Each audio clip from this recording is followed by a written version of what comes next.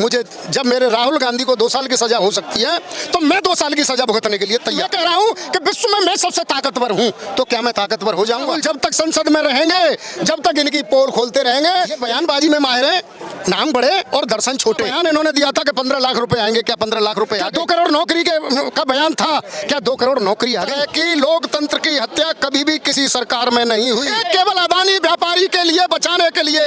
नमस्कार साथियों, आप देख रहे हैं मैं हूं आपके साथ नफीसा। एक बार फिर प्रियंका गांधी ने केंद्र सरकार पर हमला बोल दिया है। कहा कि लोकतंत्र बचाने के लिए सब कुछ करेगी कांग्रेस। आजादी से लेकर अब तक कांग्रेस देश के लिए लड़ रही है, बड़ा बयान। आज कांग्रेस पार्टी सत्याग्रह कर रही है, कार्यकर्ता मौजूद है खुद मंच पर, पार्टी अध्यक्ष और प्रियंका गांधी मौजूद है। तो इसको लेकर विपक्ष के बीच और पक्ष के बीच तो जंग छिड़ चुकी है, लेकिन उसके बीच कार्यकर्ता क्या सोच रहे हैं उनसे बात समझेंगे, जानेंगे कि कांग्रेस के पास क्या चारा, किस तरीके से कांग्रेस लड़ाई लड़ने वाली है। तो सीधा बात करते हैं। सर, क्या नाम है आपका? मेरा नाम शरद उपाध्याय नंदा है, मैं हाथरस से हूँ। जी, हाथरस से आए हैं तो यूपी हो गया। यूपी हो गया जी। यूपी में तो योगी आदित्यनाथ रहते हैं। तो योगी आदित्यनाथ जो लोकतंत्र की हत्या कर रहे हैं, जब उनका एक बाबा उनको बोलती है, यूपी की जनता कहती है बाबा है। ऐसा कौन सा बाबा है जो राजसिंहासन के नजदीक है? आज तक किसी ऋषि मुनि आशीर्वाद देने योग्य होते हैं, न कि सत्ता के इर्द गिर्द होते हैं। मैं योगी नहीं मानता हूँ, वो आदित्यनाथ हैं, योगी नहीं है। लेकिन वो कह रहे हैं कि देश की निंदा करने वालों के लिए सत्याग्रह नहीं होता। देश की निंदा उस समय नहीं हुई जब मोदी जी ने कहा था कि मेरा दुर्भाग्य है मैं उस भारत देश में पैदा हुआ हूँ। जब देश की निंदा नहीं हुई, देश की निंदा की परिभाषा उनके लिए अलग होगी, लेकिन देश की निंदा की परिभाषा हमारे लिए वो परिभाषा है जो पूरे देश के लिए है। हम संविधान को मानने वाले लोग हैं। इससे पहले भी उन्होंने कहा था कि कुछ लोग विदेश जाकर देश के लोकतंत्र को कमजोर बताते हैं। तो वो मोदी जी ने अपने लिए ही तो कहा था, आपको नहीं पता? मोदी जी ने जब हमारे देश की निंदा दूसरे देशों में की कि देश में गंदगी थी, देश में गंदगी थी, ये शब्द देश की निंदा है ना। मेरा दुर्भाग्य है कि मैं उस देश में पैदा हुआ। तो मोदी जी अपने लिए ही बताते हैं कि कुछ लोग दूसरे देशों में जाकर अपने देश की निंदा करते हैं। जो एक सांसद को लोकसभा में बोलने न दे और बोलने की परमिशन न दे, और उस सांसद को डर की वजह से न्यायपालिका को दबाव में लेकर को उसको सस्पेंशन करा दे।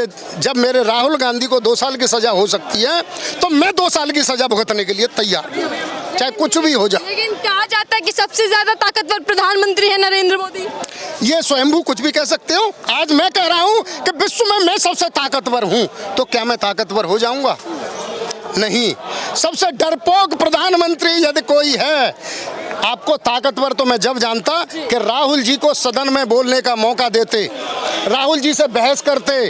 आप 48,000 करोड़ का बजट पास कर लेते हैं, उस पर बहस नहीं करते। राहुल जी को विपक्ष को बोलने नहीं देते।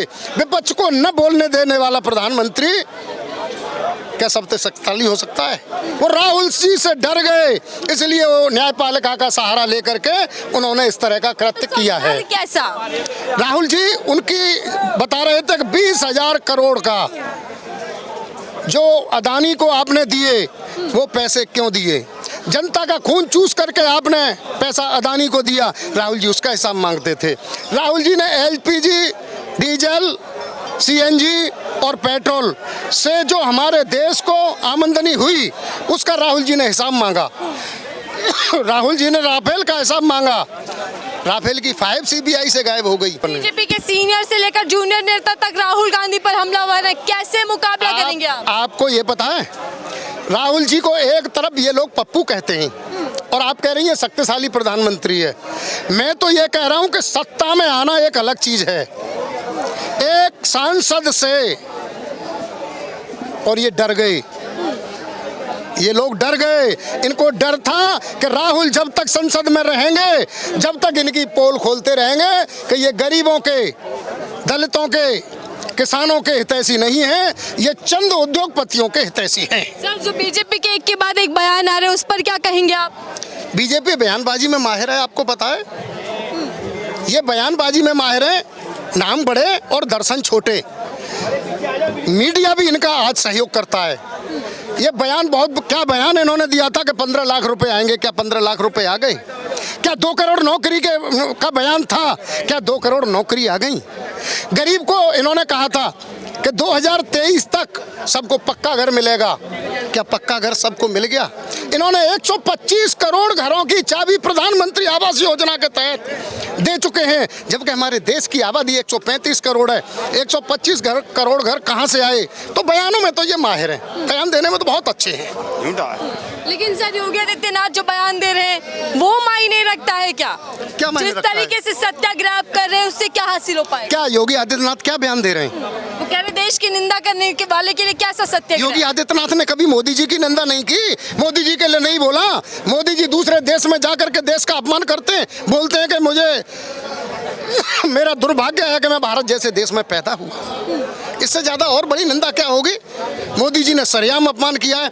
मोदी जी ने लोकसभा में सोनिया राहुल जी ने केवल जो मोदी जी के लिए बोला कि सारे जो देश का पैसा लेकर के भागे हैं उनका सरनाम मोदी है, ये चोर मोदी ही क्यों हैं, यही तो कहा था। लेकिन ये कह रहे हैं कि ओबीसी का अपमान किया, ये बोल रहे हैं ओबीसी का अपमान। मैं आपसे सबसे पूछना चाहता हूं, मैं जनता के बीच में जाना चाहता हूं और बताना चाहता हूं कि मोदी ओबीसी, केवल मोदी, नरेंद्र मोदी ओबीसी हैं, जबकि ओबीसी जाति में कहीं भी कोई गोत्र मोदी नहीं है, न कोई उपगोत्र ओबीसी में है मोदी का। मोदी, हमारे यहाँ मोदी नगर जिन्होंने बसाया वो बड़े सेठ थे, वो वैसी जाति से आते थे। ये तो जनता में झूठ बोलकर जनता को ये दिखाना चाहते हैं कि जनता के सच्चे हितैषी हम हैं। लेकिन अगर राहुल गांधी की बात करें, ट्विटर की तस्वीर बदल दी उन्होंने, वहां पर एमपी से डिस्क्वालिफाइड एमपी लिख दिया, उसके क्या मायने हैं? आप कुछ भी दिखा सकते हो। आपने राहुल जी के पेगासस लगवा दिया, राहुल जी के उसमें आपने पेगासस, इतना बड़ा पैसा खर्च करके राहुल जी के मोबाइल में और विपक्ष के कई नेताओं के उसमें पेगासस लगवा दिया। तो आप कुछ भी बदल सकते हो उस पेगासस से, ये कुछ भी कर सकते हैं। इस तरह की लोकतंत्र की हत्या कभी भी किसी सरकार में नहीं हुई। कांग्रेस ने कभी इस तरह के बड़े आंदोलन, इस आपदा से बाहर कैसे निकलेगी कांग्रेस? कैसी आपदा से? कोई आपदा नहीं है। आपको यहाँ कितने लोग दिखाई दे रहे हैं? बहुत सी जनता है, जनता राहुल जी के साथ खड़ी है। ये लोअर कोर्ट से इन्होंने निर्णय कराया है, मैं कह रहा हूँ हाई कोर्ट से यही निर्णय करा दें, सुप्रीम कोर्ट से यही निर्णय करा दें। राहुल जी का आंदोलन दुगना चार गुना बढ़ेगा और हम सब कांग्रेसी और जनता दरवाजे दरवाजे तक, गांव गांव, घर घर जाएंगे और बताएंगे कि ये किस तरह से लोकतंत्र की हत्या एक केवल अदानी व्यापारी के लिए बचाने के लिए राहुल जी ने अदानी पर आरोप लगाया था और उसको बचाने के लिए ये राहुल जी को घेरे पड़े हैं। हम हर एक राहुल गांधी है, हर कांग्रेसी, और हम अदानी पर आरोप लगाएंगे और जनता को बताएंगे कि देश का, गरीबों का, दलितों का पैसा, किसानों का पैसा, टैक्स का पैसा ये अदानी और अंबानी को दे रहे हैं। सर छोटा सा सवाल, क्या कांग्रेस पार्टी बीजेपी की लकीर को छोटा कर पाएगी? बड़ी लकीर खींच पाएगी कांग्रेस पार्टी? किस मामले में खींच पाएगी? बड़ी लकीर बीजेपी ने खींच दिया जिसका कोई मुकाबला करने वाला नहीं, विपक्ष में कोई चेहरा नहीं। हम पक्ष में रहें या विपक्ष में रहें, हम इस तरह की जो लोकतंत्र की हत्या वाली कोई भी लकीर नहीं खींचना चाहेंगे। हम भाई से भाई को लड़ाना नहीं चाहेंगे, एक धर्म से दूसरे धर्म को नहीं लड़ाना चाहेंगे, एक जाति से दूसरी जाति को नहीं लड़ाना चाहेंगे। इसी के लिए हमारे राहुल जी ने कन्याकुमारी से और कश्मीर तक शांति सद्भाव के लिए यात्रा की थी। चलिए ठीक है, बहुत धन्यवाद। कांग्रेस भी कह रहे हो, कांग्रेस के कार्यकर्ता भी यही कह रहे हैं कि वो लोकतंत्र बचाने की लड़ाई को लड़ते रहेंगे, इसी तरीके से संघर्ष सड़कों पर करते रहेंगे। लेकिन बीजेपी हमलावर है और एक के बाद एक तीर बीजेपी कांग्रेस पार्टी पर छोड़ रही है।